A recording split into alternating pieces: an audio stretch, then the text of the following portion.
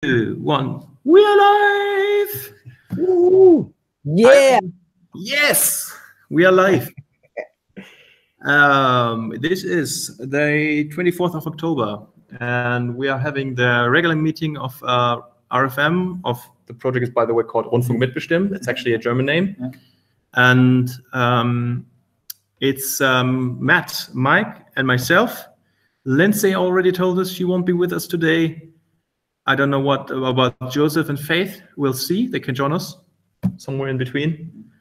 And I would say I had done this experiment with this list.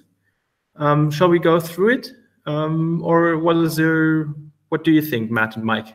Or do you want to tell us about anything about the latest pairings? You were very busy. We had pairings the last 3 days. Yeah, I guess like I need to remind myself about the lists. I saw that so I wasn't here last week for all of our listeners who are viewers who didn't see me last week. So yeah, okay.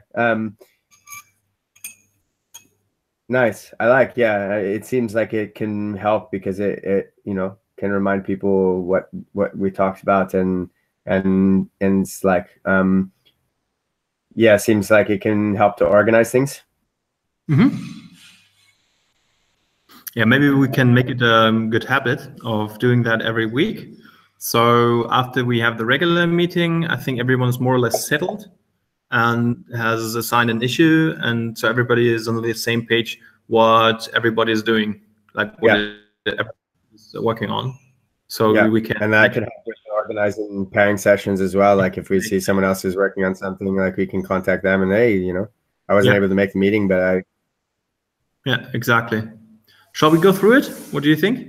Yes, please. That's great. Right. Yeah. So I'm going to share my screen. Yep. I think this is our channel, and this is the list. So Faith is currently not with us. Shall we go person by person? What do you think? Yeah, that sounds good. Okay, let me see. So I didn't have the time to really review the code. I am sorry for that. But I think Faith has pushed quite a lot of commits. So she was working on this rake task. Yep.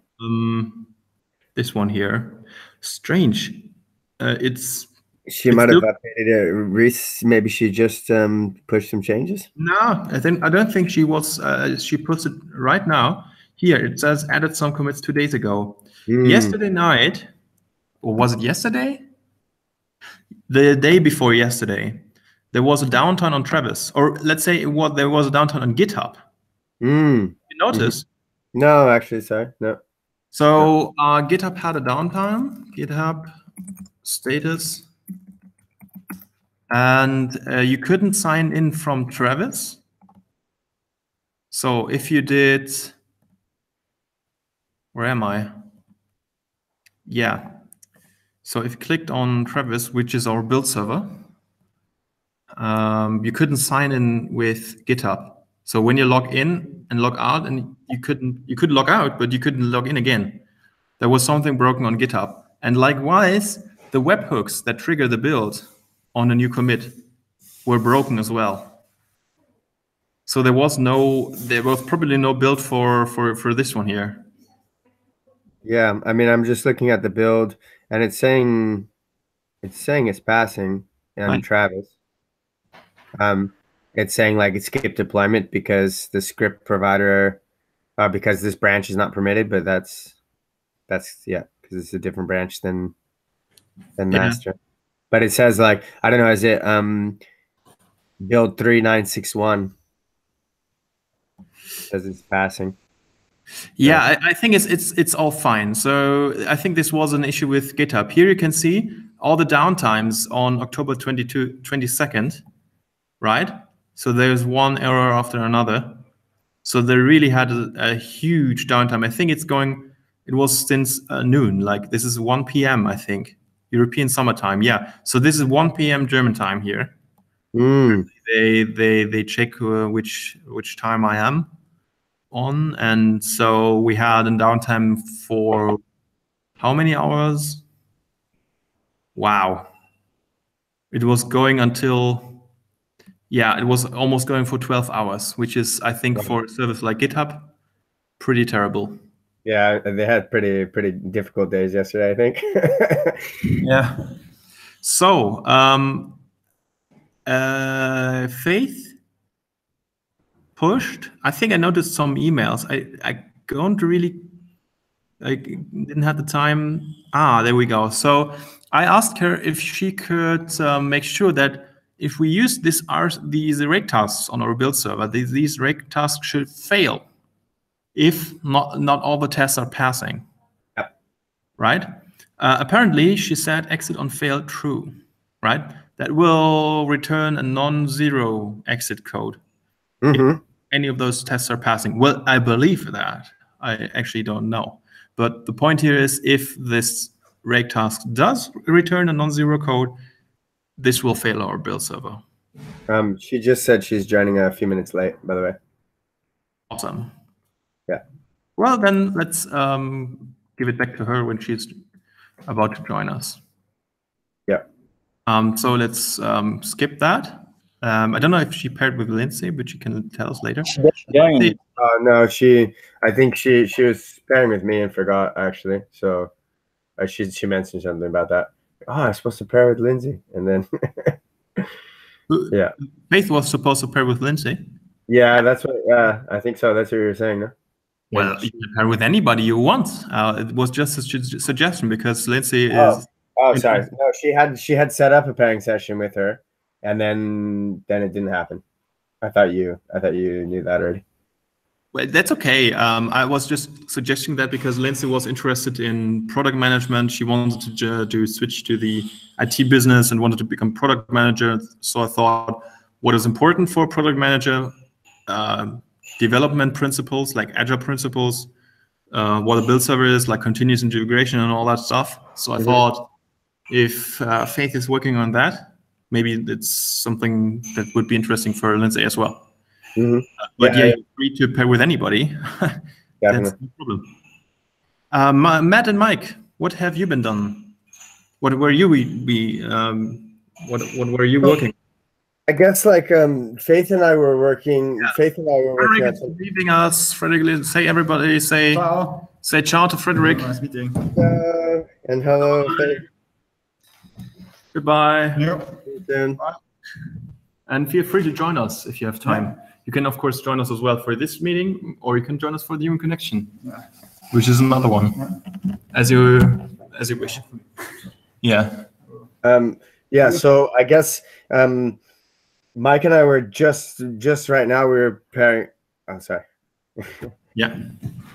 We were just pairing on the seating stuff, and maybe Mike, you can tell where we're at with that. Like, I'm a little bit distracted, but I think like if I understand correctly, where we are is that it's working. Like the stuff that Mike did with the seating is working if it's the only thing in the seed file.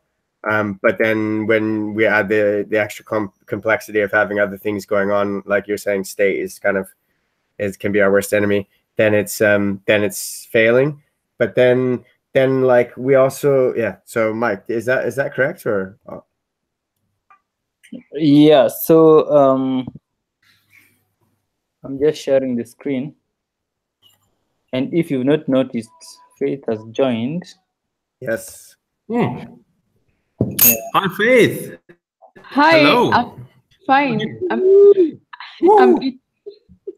I'm eating though. You're eating. What are you eating? Yes, I'm eating. Enjoy. Thank you. What are you eating? Chicken, rice. I don't know what it's called in English. Something else. I guess it's called chicken and rice. No, I'm saying there's something else that I only know the Swahili word. So what is the Swahili word for it? Kamande. What's kamande? Kamande. Is kamande. It's K-A. Kamande. It's funny beans. Funny beans, really? Kamande. Did you make it? Did you prepare it yourself? No. I got it from work. I'm still at work. So you have been to the, how do you call it at the office? The kitchen? Cafeteria. Yeah, the kitchen. Cafeteria, Yeah. So. Well, enjoy. Thank you. It's like a type of curry, it sounds like. Lentils. Yes. Oh, lentils. Ah, lentils. Nice. Yes, that's Okay. it. So, Mike, what you were just going to expound on what I was saying?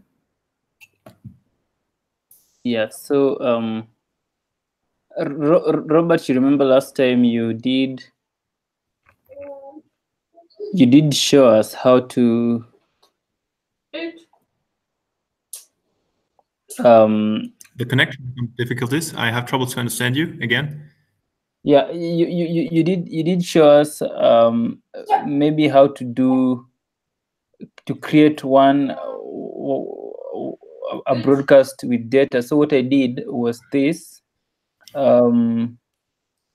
Within the transaction, I had an array of data. And by the way, Joseph just joined us. Hi, Joseph.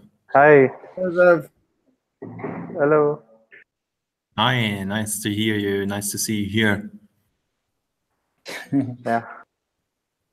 All right, Mike, just continue on. Yeah, so I created just an array of broadcasts here, and I iterated through the broadcasts to use FactoryBot to create each of these. Mm-hmm. And then within that, I had an iteration with data. Data actually contained data about the impression. So I iterated through that and created impressions. And yeah, I think that's what I did. So, So did that work? When I run it,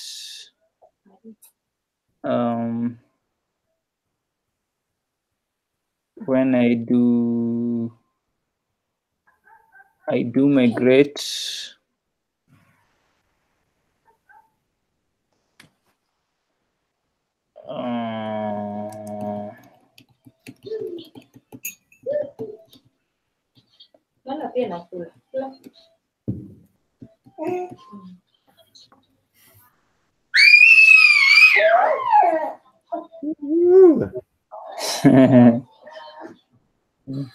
Party. Yeah. What kind of party? Halloween? The kids' party. Kids' party. So yeah, so I get this duplicate key violation thing.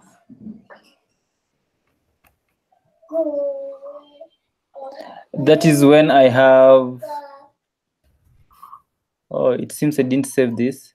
So I only get that when I have the initial stuff that were on the seed file. Yeah. Not commented. So the problem is it says the error says there's a unique constraint violation. So something in the database which is supposed to be unique is not, and the database rejects the commit. Yeah.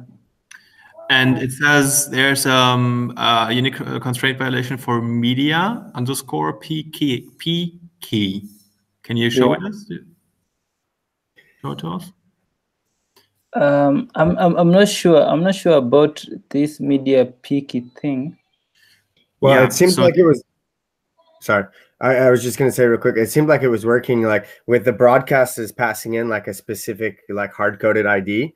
And Mike, when you changed that hard-coded ID, then that was working, was it not? No, it only worked when I comment these. Oh, okay, yeah. When I comment up to here and save, and then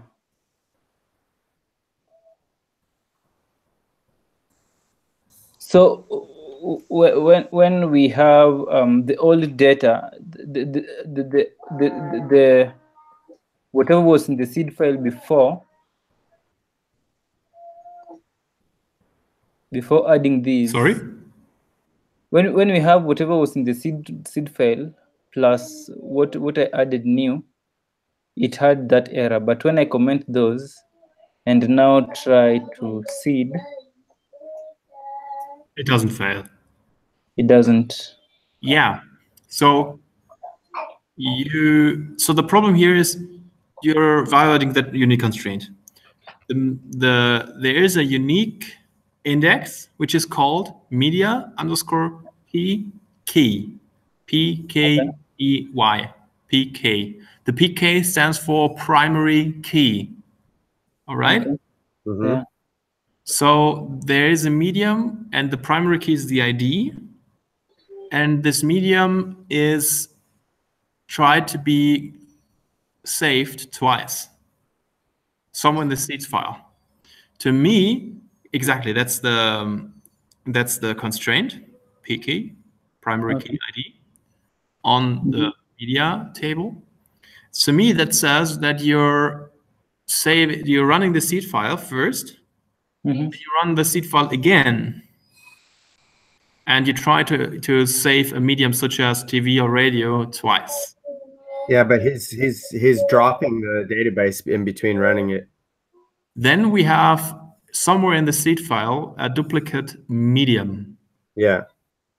So Okay. there are medium at the very top of the file. There are media at the very top of the file. There's currently commented out medium create ID 2 and medium create ID 3. Yeah. And 4, yeah. 0, 1, 2, 3, and 4. So we have hard-coded IDs here. It might be that this sequence, which is doing the auto increment, is not incremented. So you first create some mediums, then you create a broadcast. This broadcast needs a medium. If you don't supply one, factory bot will create one for you. Factory tries to create one, fails because the sequence, which is incrementing the ID, starts at 1. There is already a medium with ID number 1, and you violate that unique constraint. Oh, so maybe here we need to add medium.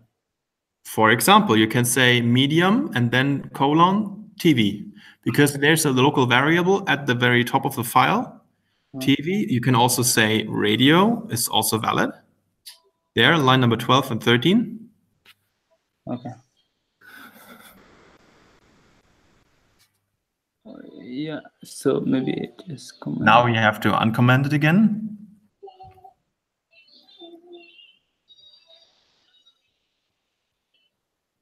Yep. Medium So TV. Maybe put a space and a comma in there. Yeah, comma there, and then a space between the colon and the T. Exactly there. So this should be it. If you drop the database, migrate and create the database, and run the file, then it should be.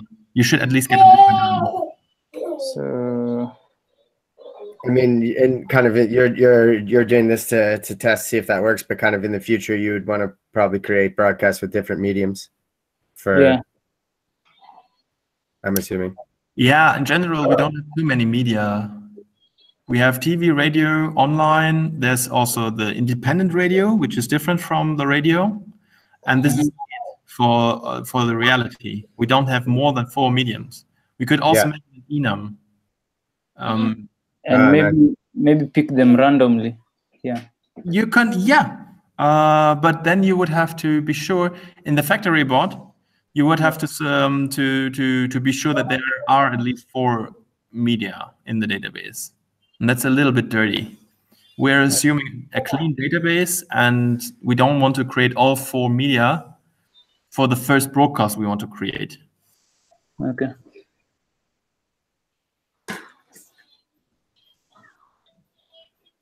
Does it work? Yeah. Yeah. The migration worked, but then now when I go to localhost to access that,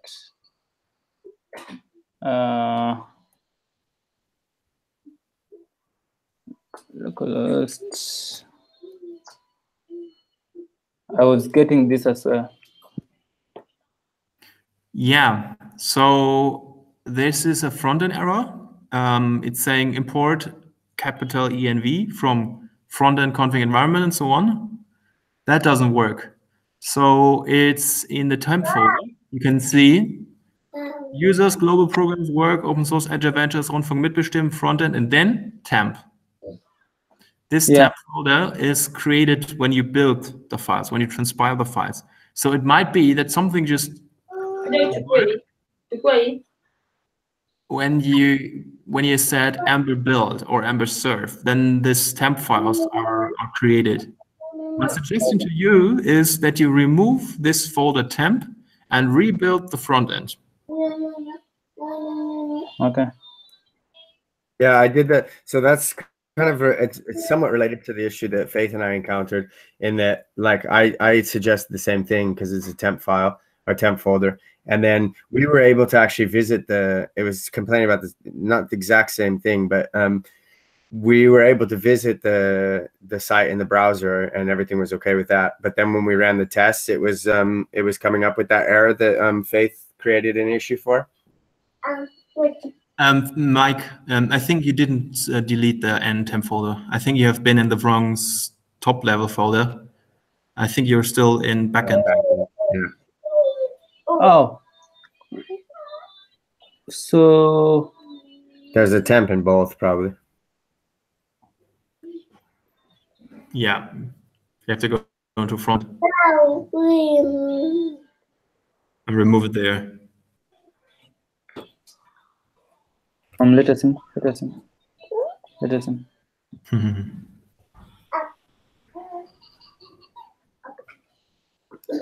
Yep. And then this is my front end, so I need to build it again. Yeah. So this Ember serve, or also Ember build, will create those transpiled files.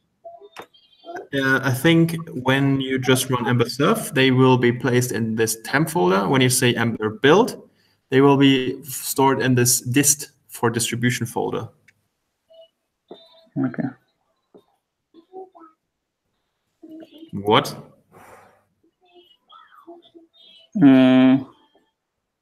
It had missing Yan packages. Yeah, but maybe run. I did Yan install. Yeah, you did that, and it's saying already up to date. Yeah, just run Ember server and let's see if we encounter this error again. Yeah, then remove this node modules folder. There's something. The node modules folder. Yeah, there's something odd here. This shouldn't happen. Are you in a Docker environment? Nope. No. Okay, so and then there's something on the latest code for master as well. Yeah. So is this the one that I should remove?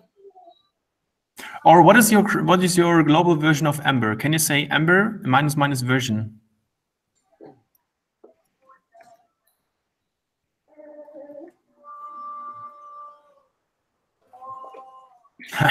It's saying the same thing. You cannot ask Ember for its version if you have missing dependency. What the heck is going on? Okay, just remove node modules. There's something really odd here. Oh, yeah, I remember I was having these errors in the with the Docker installation? with the Docker. Is it Docker? Yeah. No, on Mike it's running on his local machine, and you're using the Docker installation. Yeah, I didn't find out why. I have no idea what this No idea. This is super strange. You're saying ls, not remove. Yeah, I just wanted to confirm. Yeah. You can also use autocomplete, right? So if you tap in tab, which is this folder, yeah, exactly. I use it very often. And say yarn install again. Shall we, in the meantime, if this takes a while, I don't know how fast your internet connection is. How long does it take to install all the dependencies? I'm not sure. Oh, doesn't look too bad. Yeah.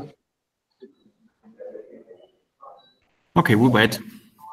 Did you have a chance to have a look at that issue that Faith put there? I'll have a look. Okay, I'm switching. Because I'm not sure if it's related, but it was weird because we were getting it. I think Mike was in the call at that time as well, and kind of all three of us were getting the same error, and having like recently pulled down from master.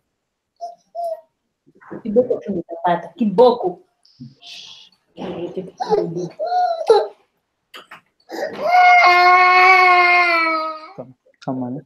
Oh no. Paula. Yeah, I think I am. I think I also commented on the issue that Faith. Yeah, Oh. so I think I did what you asked me to do, and I was still getting the same error. Maybe I could just do it again. But That's not good. 3 people have suddenly problems in the front end. Yeah, I wonder. Like, I haven't tried removing the modules, but like, yeah, I mean, that would be strange if like you shouldn't need to do that, right? Yeah, no, not at all. It's kind of like a way of getting past it, maybe, but I will pull down the latest code on my machine. yeah, just to make sure. No? I'll try. I will see what happens on my machine now. So I'm going to the front end. You cannot see my screen, right? Oh yeah. So yeah. Where is it? Can you see my screen? Can you see my screen? Seems so, right? Nice. Yeah. Okay. So I just did a git pull. I can reproduce the block on my machine. Let's see, front end, say serve. Also go to the same folder and say test. Someone singing. Who has birthday? yeah. The kids were singing happy birthday. Mike, do you have happy birthday? Yeah, it's almost a birthday. So. Oh, you have birthday tomorrow? No, Monday. You had birthday, you're going to have birthday. She's going to have a birthday. Like she was born on October 29. Oh, so your kid is having birthday. Yeah. Nice. On Monday, 29th. All right. Yeah. I'll try to keep that in mind, and maybe if I remember it, I can send birthday wishes on Slack. Thanks.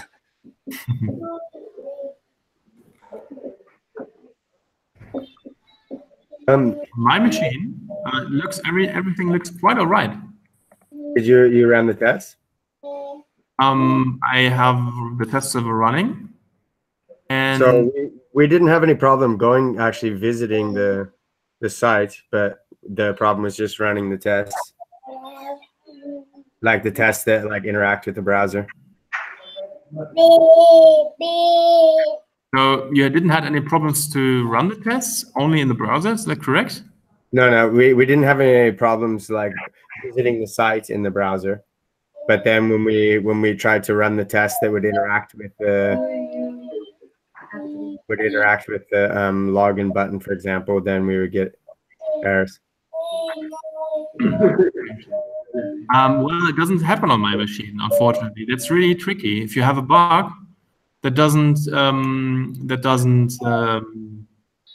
not reproducible, you have a serious problem. I mean, 3 people were facing this issue.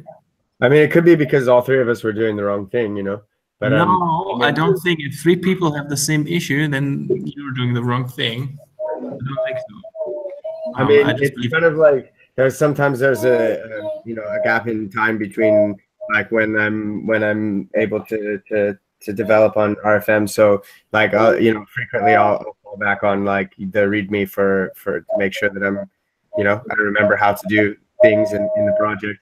And so we're kind of following the instructions in the project, and I feel like those are good instructions. And we're coming up against the issue, and it was really strange because we were able to visit the site, and there was no issue. Yeah. So I'm not sure. I can try to reproduce it here. I just ran the same command and things are working okay. Are they working now? I'll try mine as well. Yeah. But you removed the node modules, or you didn't need to? I haven't done any of that. Oh no. So it's just that's strange. Okay. Well, let me see. Yeah, in case you can always try to remove all temporary files. That is the temp folder, the node modules, the dist folder, and just rerun the whole thing. So we'll see what's going to happen on Mike's machine now. Okay.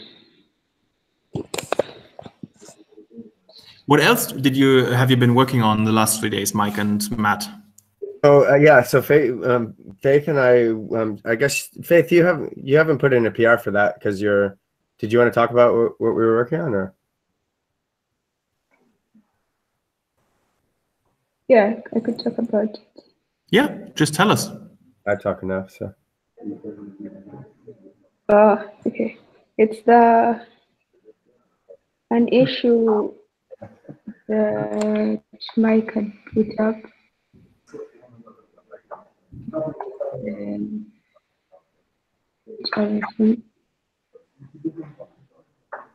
Can you speak a little bit louder, maybe? Okay. I will. Mike, is your screen frozen or is it just slow? No, your screen's not frozen. It's taking time, yeah. So this is the issue that you're working with. I'll switch to Faith's screen for Okay. Send notification to users when new broadcast is created. And we had some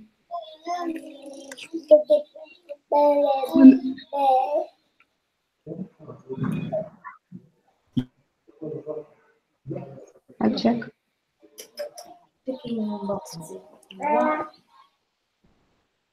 Can you hear me? Yes, I can hear you now. Very well. Okay. Yeah. So this task was to send notification to users when new broadcasts are created, and we had some questions on who exactly we are targeting. Are we sending? Because here the description of the user story is directed to a moderator, but the possible solution given is telling us to send emails to anyone who has ever created a broadcast. So we went ahead and did this part of sending an email to anyone who has ever created a broadcast. Yeah, exactly. It's an awesome question. So you were asking who is a moderator? Yeah, so I asked this a while ago. Should we notify users who've created broadcasts before, or only the moderators? And who are moderators in this case? Yeah, so in the database, we currently have no moderator. There's tricky. We don't have users. There's only the not logged in user and the logged in users, and that's it. Every user is currently just the same. Okay. So it's up to you what you call a moderator.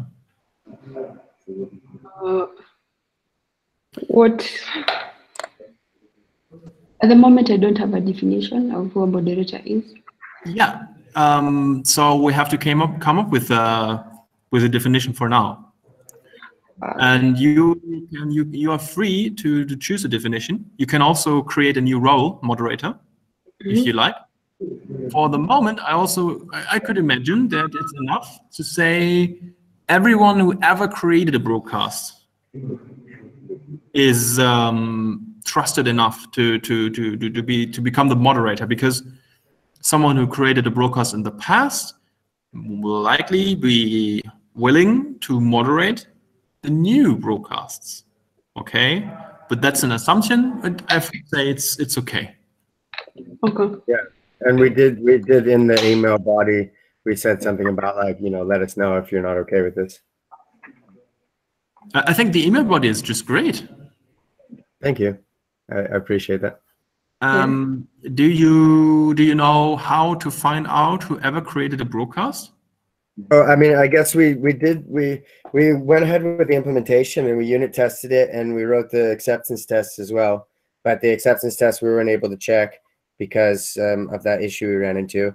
And I guess like we had some. I mean, I think I know how to, but maybe it's not doing exactly what we think it's doing.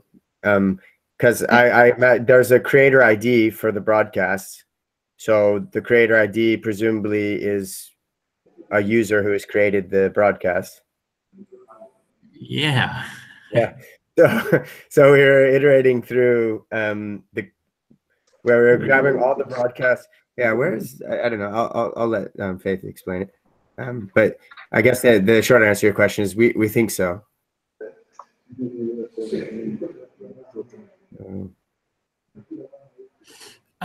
So about the creator ID, actually the creator ID is some kind of legacy code, I have to admit.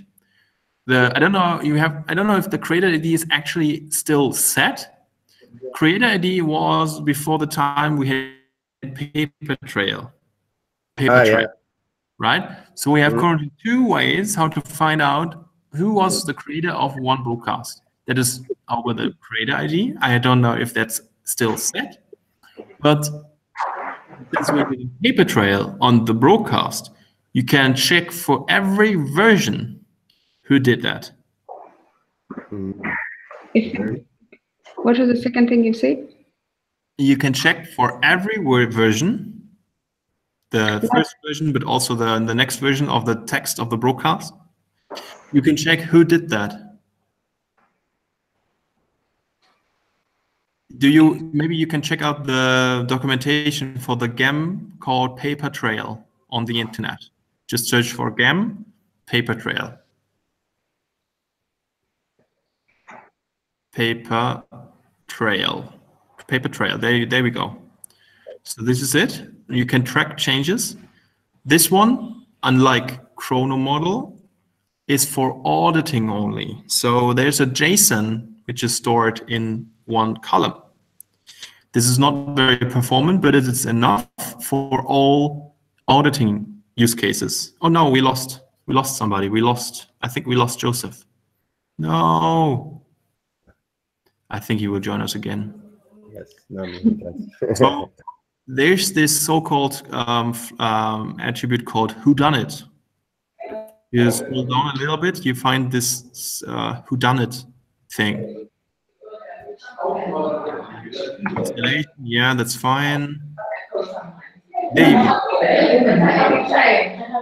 you go. So the whodunit, yeah, you can't hear us now anymore, Faith, but whodunit, this whodunit thing is on every version. Let's say you have a broadcast, then you have multiple versions of the broadcast, because for every editing, there is a new version. Okay. And every version has the whodunit, and the whodunit is a user ID. Okay? Okay. So in order to find all authors of, or any editors, anybody who ever created a broadcast, anybody who ever edited a broadcast, you can go through the entire versions table and search for all user IDs, for all whodunits. Does that make sense? Yes. So there's a table called. Are we using this gem now? Yes. Oh, okay. Okay. You can even do it right now if you want. You can I mean, fire your Rails console if you want. Okay. I don't know if you guys saw that. I was kicked off. My Chrome closed itself when I killed bot 3000. Oh yeah. Oh no. Yeah, like, I don't know why. Like, Yeah. that's weird. Yeah. Did you have something open in part 3000 on your Chrome? No. Interesting. Backend. And then exactly. So the versions table does not have a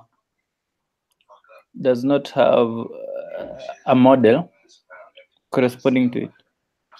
No model that we see in the code, but there is a versions table. So the version is automatically added. The model is automatically added according to the model that we want to track.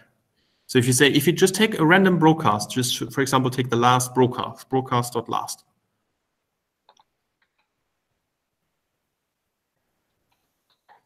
Last. Then you can say, you can assign that to a local variable, for example, and then you can say local variable dot versions.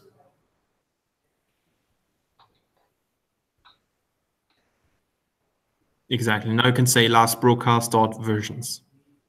That will give you.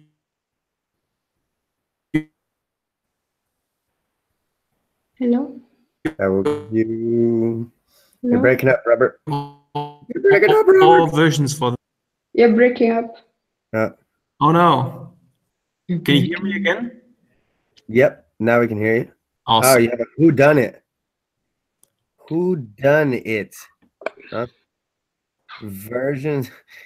Last broadcast dot versions dot who done it? Exactly. Now, who is user with ID 6? Yeah. I will laugh. What? Who I'm done trying to it? figure out whoever names Who done it? who done it. It's like get blame. The same person who made get blame made who done it. User dot. Yeah. Find, I think. Yeah, and also find. Yeah, I think. It's the last user. Apparently. Yeah, and who is, if you say user find 6?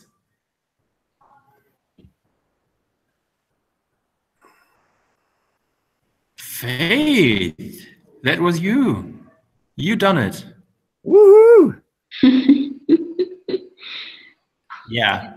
So in order to find everybody who ever contributed a broadcast, you could also go through, what's the model? It's called PaperTrail : version, I think. So if you say PaperTrail : version, interesting. So there is apparently no PaperTrail model. There's just one for all of them. So do you see the class PaperTrail : version? Can you highlight it? I can't see it. It's there at the top. Good up. Oh, well, not at the top. Sorry. No, that was too much. It's somewhere in the middle of your screen. Okay. Very much in the middle, actually. There you go. Oh! What are you doing? It's in light blue. Light blue. Oh, okay. Yeah, that one as well. Yeah.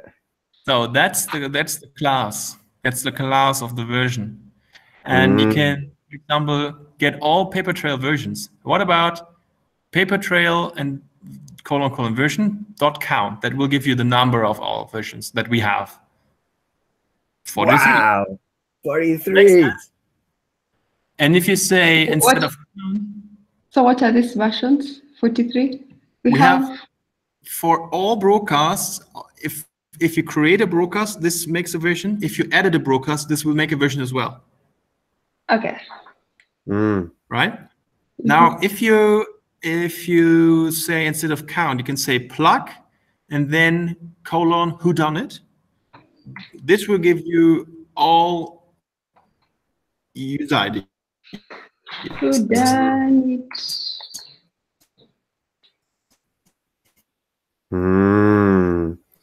It'll give you some nils though as well. I remember there was a method that we were learning in the course about how to get rid of the nils. Yeah. What, Robert? You're breaking up.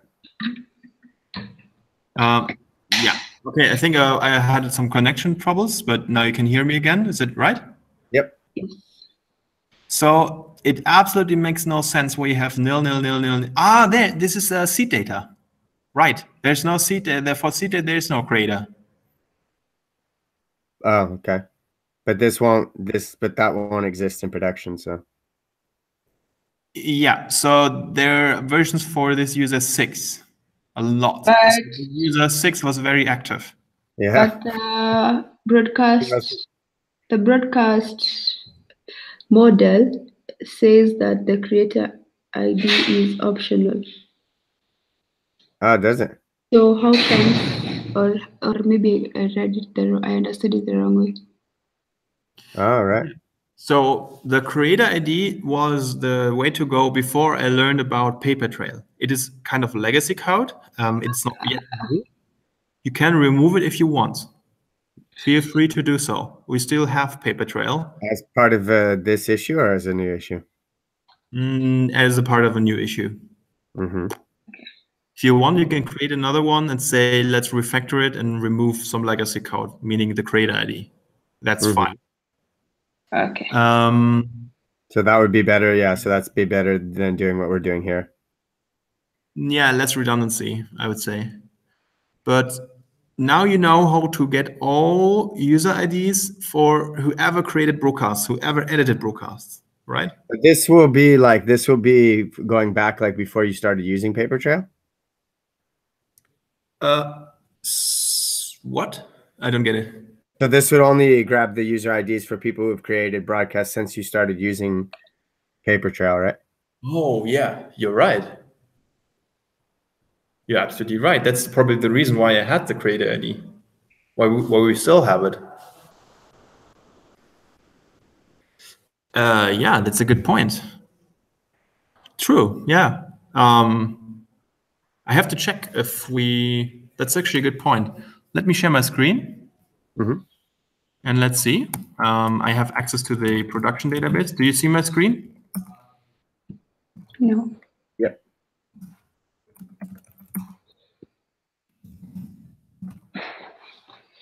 So I'm pulling down the production database now.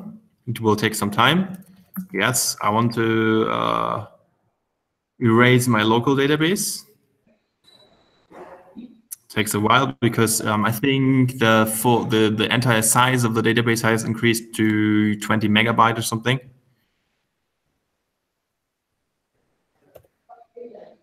How many megabytes? Wow.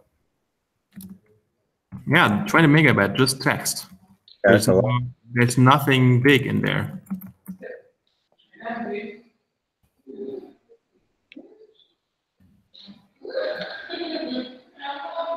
And that's my seed data. Wow, takes a while.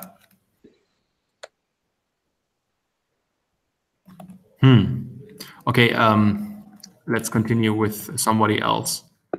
But yeah, you have a good point, Matt. We still have our old users, our old creators, before the times of PaperTrail, before we started tracking the broadcast with PaperTrail, and that's why we have the creator ID. That's true. Okay, but do you have any more questions regarding the implementing of how to implement this particular issue, Faith? No, maybe just a review. Oh, maybe I'll just before the call. You put it in PR if you want to review. Sorry. Okay. I will. Oh, question. So I just added a gem to test locally if emails are sent. I don't know if there's something else that existed there before. It's called a letter opener. So this is how you see how many emails have been sent. Oh, wow. How do you test your own, like if an email has been sent locally?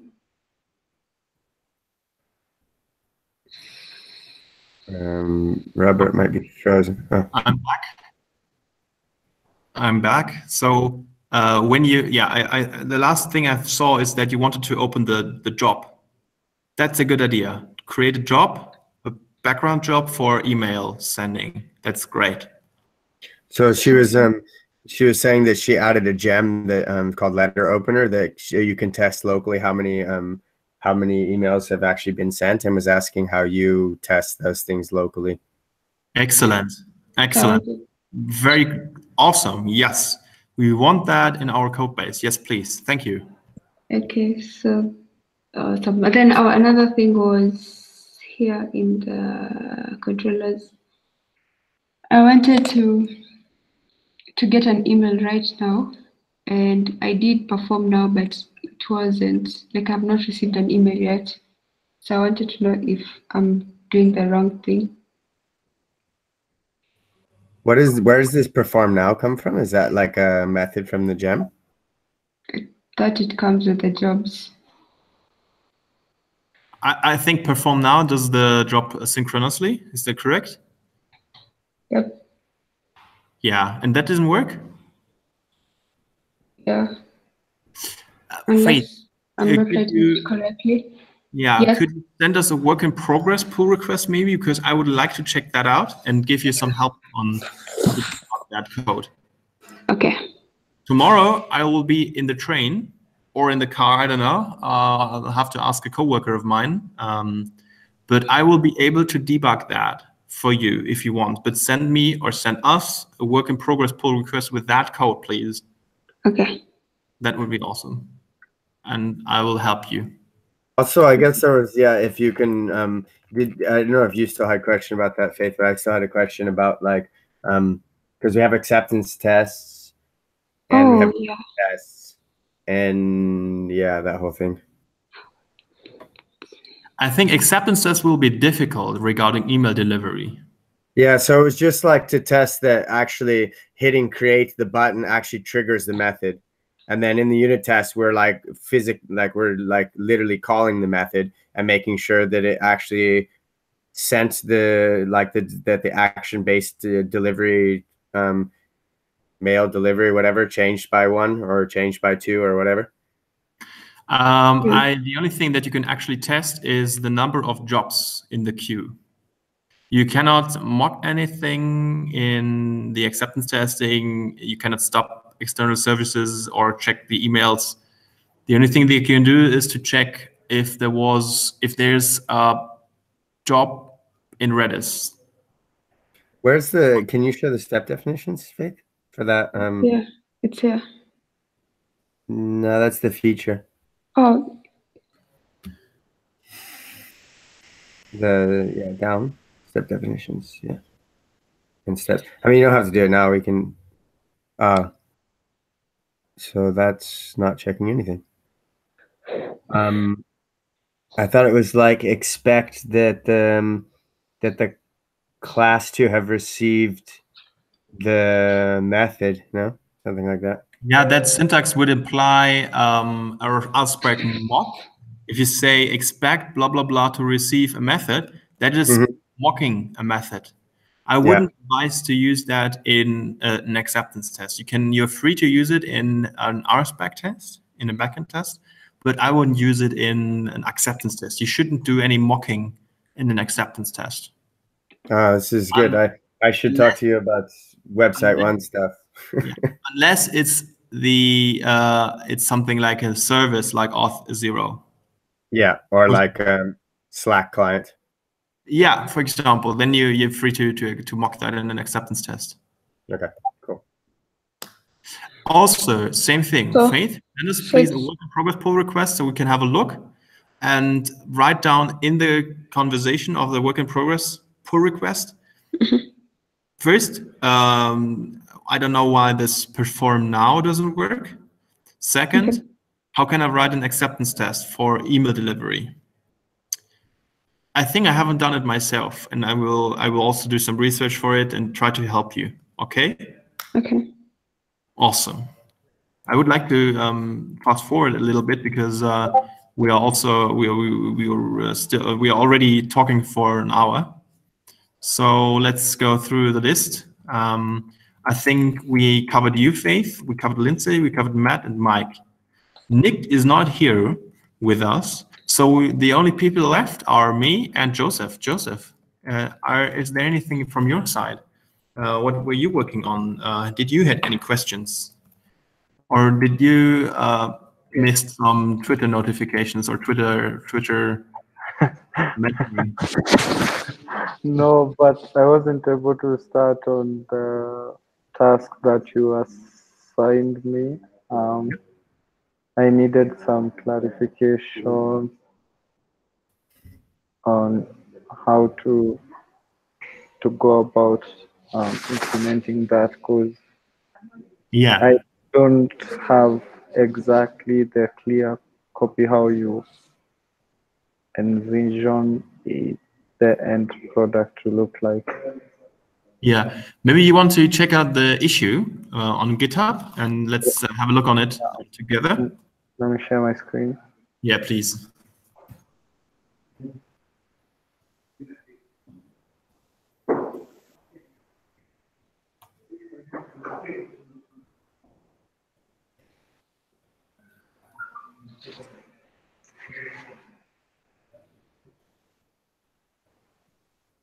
Move this.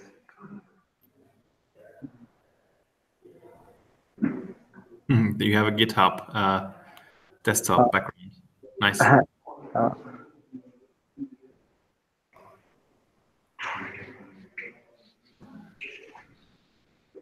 So I should improve the show Twitter feed component. Yes. So you highlighted that the button is too small. Well, you shouldn't put in a button which is huge. Just something that is more, that creates some more. That was my idea, to create some more attention. That is more eye-catchy. I don't know. But actually, the motivation for this feature is, if you scroll down a little bit, that we have another tracker on our site now. This one, exactly. So we have the YouTube videos on our site. Maybe you want to check that out as well. Do you use Ghostery, Joseph? What? Did you use the browser plugin called Ghostery? Do I have it? It doesn't look like that. I cannot see it. Yeah, but this is what I'm using. It's blocking trackers on my browser. Yeah. Oh, I have CyberGhost. Not. But that's something else. Unblock any restricted website. So that's something else. It's not a data privacy tool. So I'm using Ghostery, which is a data privacy tool, and it will block any requests to analytics services like Google Analytics, Piwik. So we have Piwik on our own side. That's fine. But we don't want to send unnecessary data to Google, because if we do that, we are not GDPR compliant. We are sending data. People go to on a website, and we send immediately to Google. What do we send? This double click is apparently a service that's used by Google. Or I don't know, it's used by YouTube. Okay.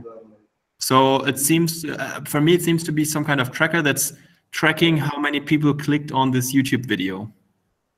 All right? Yep. And I don't want to send that data unnecessarily if people just go on the landing page.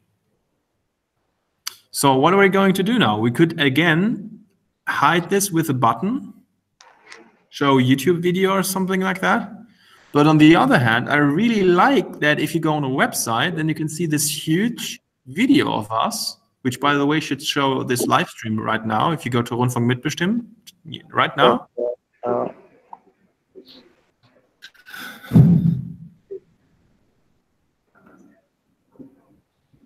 Yeah, you should see this live video of us. Yes, that's us.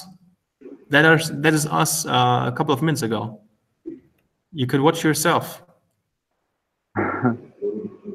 Right? So this is something that you really like to click on. It's eye-catchy, it's pretty big, and you see that's a video that you can click on. So I would like to preserve or to keep that advantage, I would say. What is the opinion of the others about it? Yeah, I really like it. Well, I could hear myself inside. Yeah.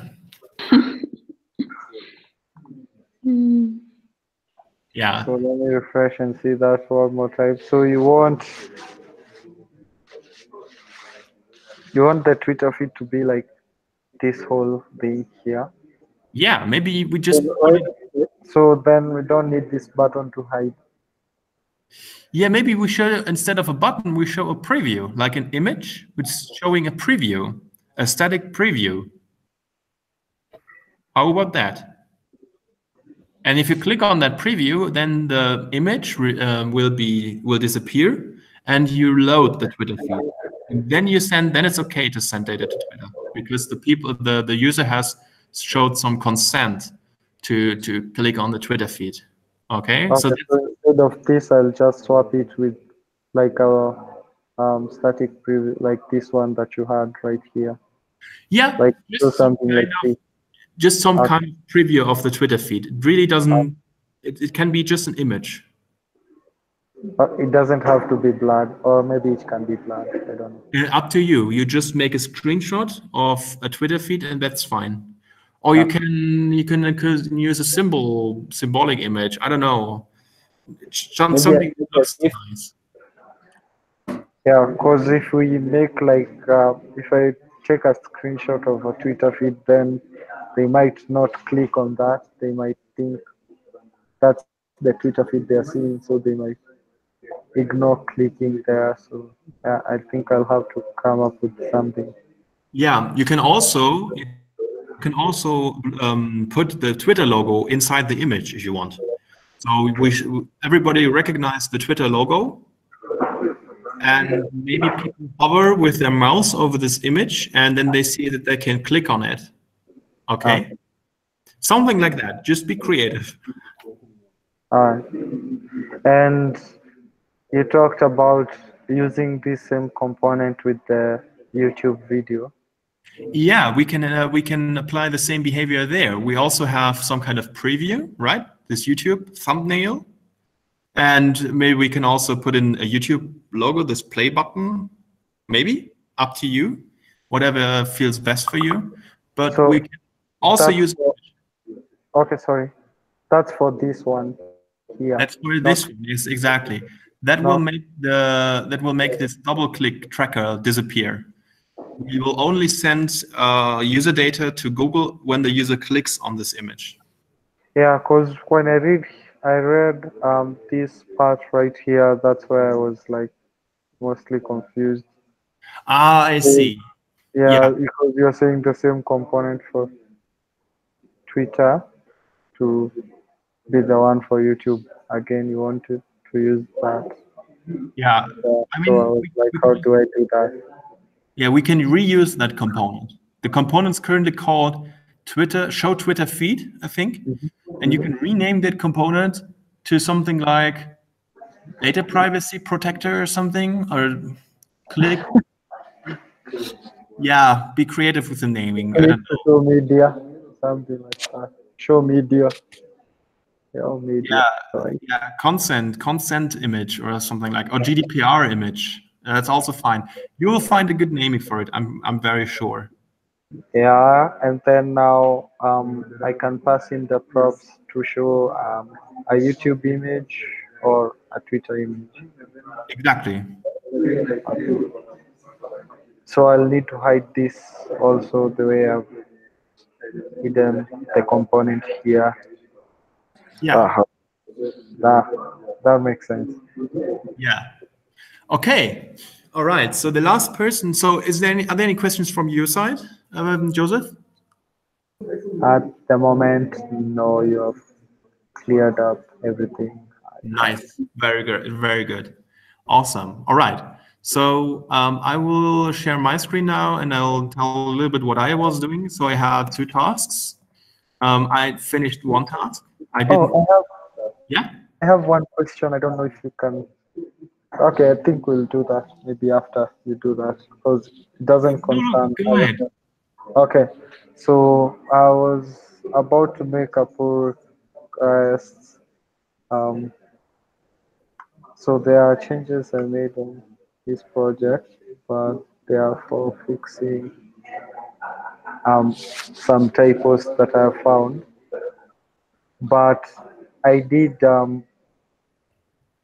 git merge Facebook to master, but it didn't merge to master. It merged to my fixed typo branch, which now if I do git log, instead of having this commit here, I have this one here. I have to check out your screen. I'm sorry. I'm right now. I'm checking out your screen. So you have commit to 2839 something on October the 24th. Merge remote tracking branch Facebook/master into fixed typo. What is Facebook master? So I wanted to merge. This is the origin, and then I wanted to merge it into my remote master, my local branch master. Yes. But when I did this, merged it in my current branch that I'm in. That is correct. So when you do git merge, it will always merge the branch that you specified with the branch that you're currently on. So that is the expected behavior. Wow. But I didn't want that. So you are asking me, how can I undo this merge? Is that your question? Yeah. Yes. So the merge commit is a special kind of commit. The merge commit is special in one property. That is, it has 2 parents instead of 1. Right? Yeah. If you say git log, you can see for every merge commit, the 2 commits that this commit is like merging. You see it in on where your cursor is, it's saying merge 61242 whatever and B553980 and so on. Can you maybe highlight what I was talking about? A little bit above? Yeah. No, below, 1 line below. Oh, exactly. yeah, these 2. So these 2 are the commits that were put together. Now, what you want is to find out the commit that came from the remote tracking branch and the commit that your fixed typo branch was on before. Okay. Yeah. And you can see that fixed typo, that was your commit, that is 6124. And so the B55 commit must be the one that came from Facebook. All right. Yeah. So what you're going to do now is to take that commit 6124 and something, copy that, and you say git reset, and then you give it the commit --hard. That will reset on that commit, and it will basically, in this particular situation, it will undo the merge. Like that. Yes. Did you? Yeah. Okay. There you go. Okay. Git log. Yeah. Now, but I want to merge the changes that I want, the latest changes that are on remote master, Yes. so that when I push, I have a clean. When they merge my PR, my commit will be on top of the rest instead, because this one is outdated. You want to rebase. Okay. What you want to do is to rebase on Facebook/React, or this remote tracking branch, Facebook. Yeah. So this is the original, where the original project is. This Then is you my. say git rebase Facebook, not Facebook, Facebook. Okay. Yeah, and then the branch slash and the branch name. I think it was maybe master, or what was it? I No, want to in my branch, the current branch that I have. no, you don't. Your fixed typo is not on the remote. On the remote, you have something like master or developer. Yeah. Yeah. Oh, yeah. Master. Then you want to rebase on master. Yeah. That's it. But when I do that, it's going to rebase and add a commit. That's what I did, and it merged even on my branch. No, it did not. It put your commit on top.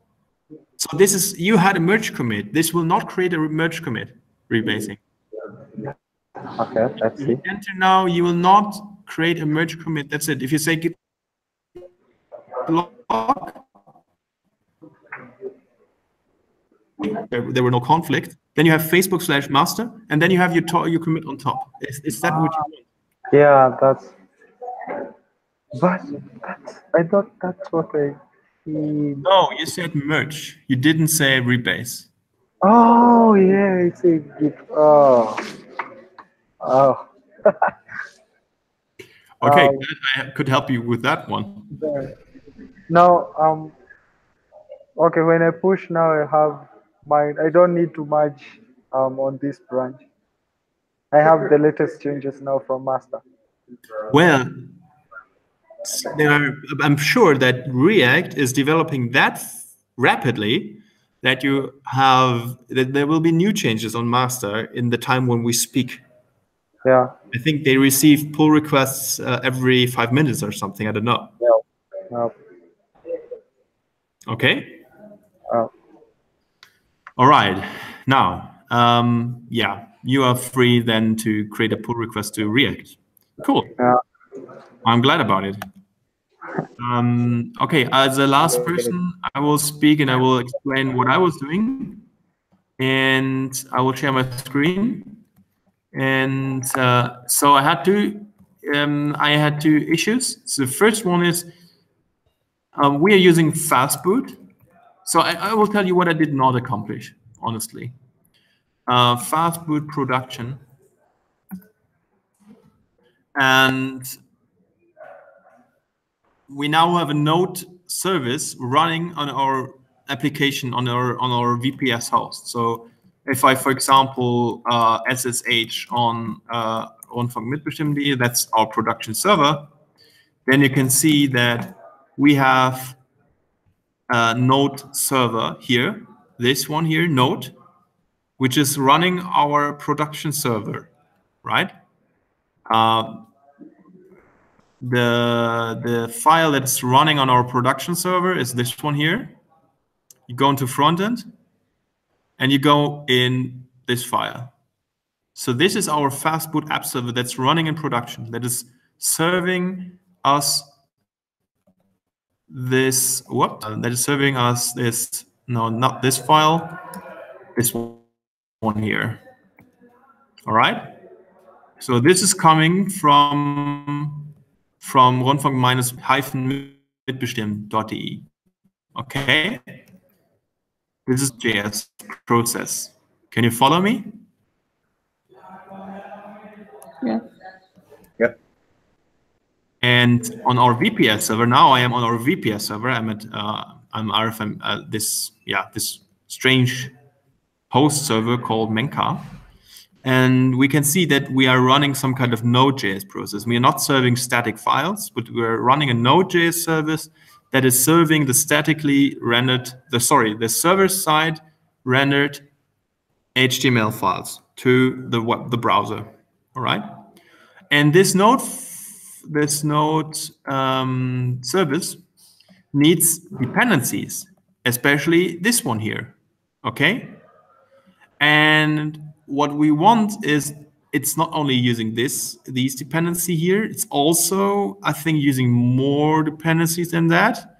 So on our on our production server, if we go to Rundfunk Frontend, which is a front-end app, we have production server and we have package.json. And there's currently these two files have been copied manually by myself. And I didn't have the time to find out a good solution how to update the package.json if we update dependencies.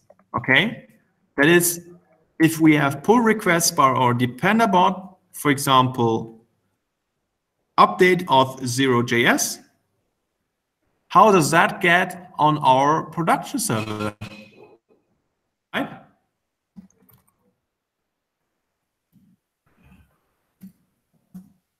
So here we have, for example, auth0 9.7, but dependabot is updating from 9.8 to 9.81. So apparently, these dependencies here, these dependencies are not updated correctly because the file was added manually, and there's currently no automated script that is deploying this app again and again. Okay, does it make sense? Yep. I didn't find out what I can do here, but I'm about to say that maybe we want to deploy fastboot to AWS. Until now, we were using VPS server, and it seems to me that since we also Dockerize our application, we should also maybe transition into the situation that we can make. We don't have monolithic virtual private server, which is running everything, but we have many different services, and there seems to be good workflow. So whenever I type in Ember deploy fastboot, I end up at AWS. Apparently, everyone who's using Ember is deploying the fastboot app on AWS. Seems to me, I don't know, which is fine because we can put the files wherever we want. Only the database has to remain in Germany because of data privacy. All right, but the front end has no data. It can be stored anywhere in the world. All right, also on AWS. I don't care. Nobody cares. Does that make sense? Yeah. Yeah. So I will probably in the next few weeks find out how we can maybe use that stuff here. Maybe we also want to deploy it to some kind of cloud service. I'm about to say that maybe we want to switch from this VPS server slowly to something more modern, I would say, that we step by step. First, we put the front end on in a container and on AWS, maybe something like that. I don't know. And then at some point we can maybe use the Rails application. We move it also into a container and deploy it in production. And at some point we have to think also about the database, maybe. We're using Doku at the moment with several things that I think I told you. You're using Heroku? Doku. Doku? D-O-K-K-U. Interesting, Doku. Yeah, it's free, and you can push directly from Git like you can with Heroku. Oh, But nice. it's like it builds Docker files like Yeah, we're doing that for the NHS wiki, and we have local support. We've put the whole Rails application on Doku and in production, and it's they're running away. You know. Nice. That's very. I mean, we have Azure, so it's like we created a Doku virtual machine in Azure. So I'm not sure exactly I'm not sure if you would do that. Like I think you can do the same with AWS, or you have to have. I think you have to have a server, you know, but then after that you can just push directly to it. And we're working on like getting it to where, like, there's something I want to do for Travis CI, where to put in a PR to actually add them as a provider so that it can push directly from Travis CI. Like right now you have to write a custom script to push there, and we're kind of blocked on that. But after we get past that, then the idea is to hopefully put in a PR with Travis CI to actually be able to just automatically push after everything passes the build, just push directly to Doku, you know. Nice. That's very interesting. Maybe we can pair on that, Matt. Yeah, that'd be great. Yeah, that would be awesome. We actually have a AV playground, you know. I'm not sure if we could try that, or if you have a server, how we do that, but to see, I mean, potentially, you know, if the Docker file is sorted out, then potentially it's just a matter of pushing it and seeing if it works, you know. Yeah. Well, that would be awesome. I would be very interested into that. Okay. Now the thing that I hope I fixed it, although Nick has reopened that issue, so it's currently open. Everyone who is using the Docker installation should see that when you sign up, then you see a lot of Sidekick jobs barraging the terminal. All right, so that's this issue here. Who is experiencing that, by the way? Anybody else experiencing that? What exactly? I don't. So when you, for example, say if you use Docker, the Docker installation, you say Docker Compose up. And you just click around. For example, I don't know, you click on participate now, and then you start to like some broadcasts. Then you see a lot of terminal output. Has anybody experienced that issue? I haven't used Docker. You're using Docker. I think, Joseph, you're using Docker. Yeah, but I haven't. I don't think I pay a lot of attention in the terminal when I start it up. So yeah, maybe you can try to reproduce that issue, because I think it should be fixed now. So the problem here was that we were using a placeholder, right? So we had this Google API key, which is private, which I won't share on GitHub. And if you're running in development or in test, for example, then this Google API key was not nil, but it was the string Google API key. And then this is necessary for the tests to run, because it's checking for this API key.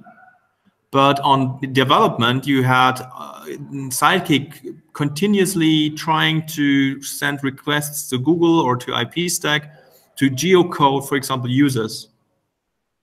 Okay, and then you had always like failures, because this key here, this is not a valid key.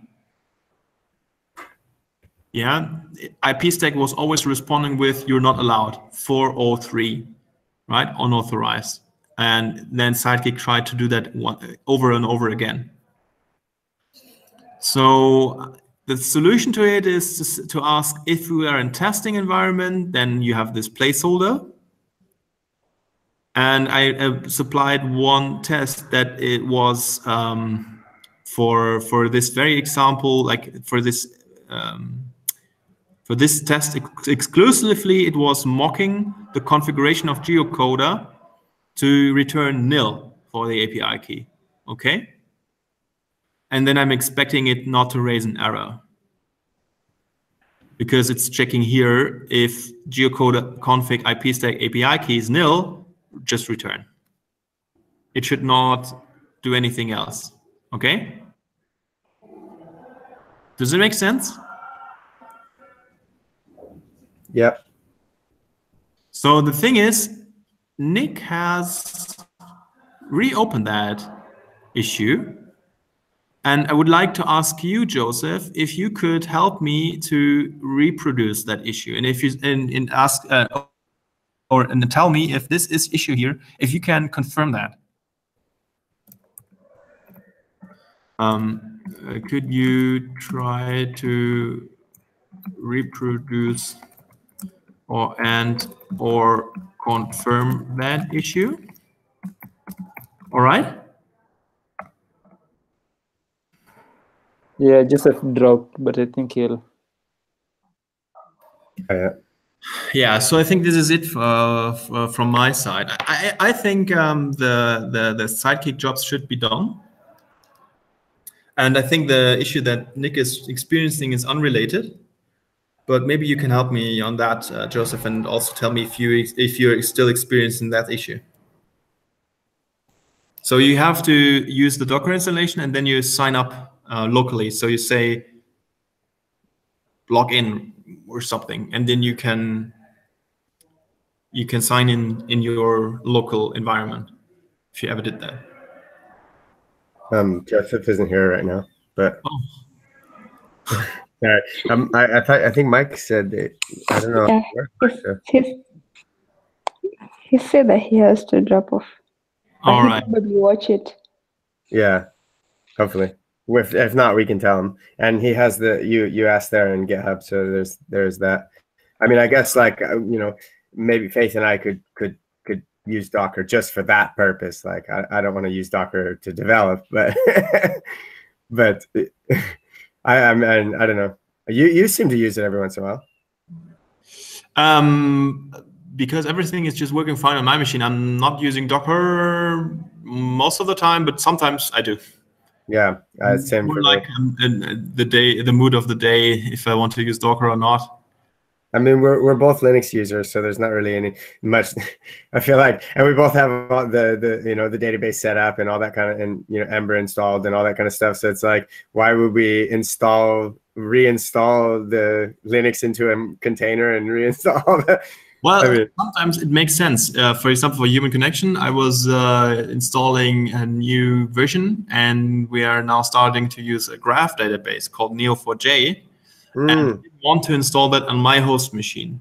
So I was happy to have some kind of Docker image providing me with Neo4j without the need to install it on my host machine. Yeah, no, that makes sense. Like I spent like an afternoon installing MongoDB and then like have promptly never used it because it'd be nice to have time to work on Human Connection. I really like. But yeah, by the way, we are still the meeting here in this location is with Human Connection. So I was bringing up if we want to have someone who's for example what's the English word for betreuen, supervise the English open source community, maybe someone who can onboard people from abroad. Right now we have a mostly German-speaking community, but there are developers from all over the world. For example, today we were joined by Tara from England, and so there is a growing English-speaking community. And maybe you want to be part of it, or even also work for it. I don't know, but that's something for another day, for another meeting. Yeah, I need to get in the habit of going and logging into Discord, and we can catch up there. Yeah. And the Discord server by us was hacked. Really? Wow. Yeah, we were having a Discord bot, and the source code of the Discord bot was public on GitHub, and somebody accidentally put in an admin token. All right. A malicious person scrolled all GitHub repositories, found many admin tokens, and hacked all the Discord servers who were silly enough to put their admin token on GitHub. Wow. So the old Discord community, the old Discord server, all members were banned, and all text channels were removed irreversibly. Right. So I'm here, and I have a message from you to join. You've been invited to join a server. Yeah, let's make that maybe for another call. Shall we close this meeting for? Yeah, but it was you that sent that to me, or should I be suspicious of this message from Robert Schaefer? Probably yes. Probably I've sent it to you. I think I tried to send the invite to everyone who I could get hold of, because after everyone was banned, I couldn't contact any member who I never contacted before. So I lost the connection. I didn't know who was on the list. There was no way of getting in touch with them again and telling them, oh, sorry, we got hacked, and here's the new invite code. Right. Cool. Yeah. Sounds good. Well then, shall we close this meeting? Any questions from your side? I still get the error even after deleting the... Oh, no. Yeah. Sorry, I was able to replicate the error on my side as well. Okay. I mean, we're kind of getting towards kind of a long call here. But yeah, maybe let's. I also have to get back to the others. Okay, can you maybe create a new issue for that and tell me where this happens? Yeah, I can copy this from the front end server into a gist. I haven't actually tried your like debugging with removing temp files and removing the node modules. I just went straight in to see if I could. Yeah. All right. Great. And then I think you answered me last time, and it wasn't so clear. It's okay if I just commit the structure.sql file. Yeah, if you change anything to the schema, you have to commit the structure SQL. But I didn't change anything in the schema. I just added the seed files. Then you don't need to commit the structure SQL. I think it is touched when you run db migrate. That will update this structure SQL with some data depending on your Postgres version. So someone who's running on Postgres 9.6 will edit the structure SQL. It will be different from someone who is running db migrate with a Postgres version 10, and it will always touch this file, change it a little bit, and you will see some changes. If you run migrate and you change the schema, you have to commit the structure SQL. Does that make sense? Yeah. All right. So with the Zeta, you don't have to. You can revert all the changes to structure SQL. Okay. But don't worry about it. When you send the pull request, I will see the changes in the structure SQL, and I will be the gatekeeper in case I will ask you, did you change anything to the migrations? And I see that files changed, and then I say you don't have to commit the change to structure SQL. All right? Okay. Great. Cool. Okay. Thanks. I would say let's close this meeting. No? Yeah. Thanks, Robert. Cool. Thank you so much. You are awesome. Thank you for your collaboration and that you take the time to pair with each other. I highly appreciate it. Yeah, for sure. Yeah, we are looking forward for the RFM week, Matt. Sprinting. Sprint week. Yeah. Wow, you want to do a sprint week on RFM? Nice. Yes, of course. Of course. Okay, I see. We could have a sprint week where we focus on half the time we focus on backend and the other half the time we focus on front end, because we have. Awesome. That'd be really cool. That would be awesome. Yeah. All right. Then I'll click on stop broadcast, which will end the recording. Okay. Cool. Okay. All right. Goodbye, everybody. Bye.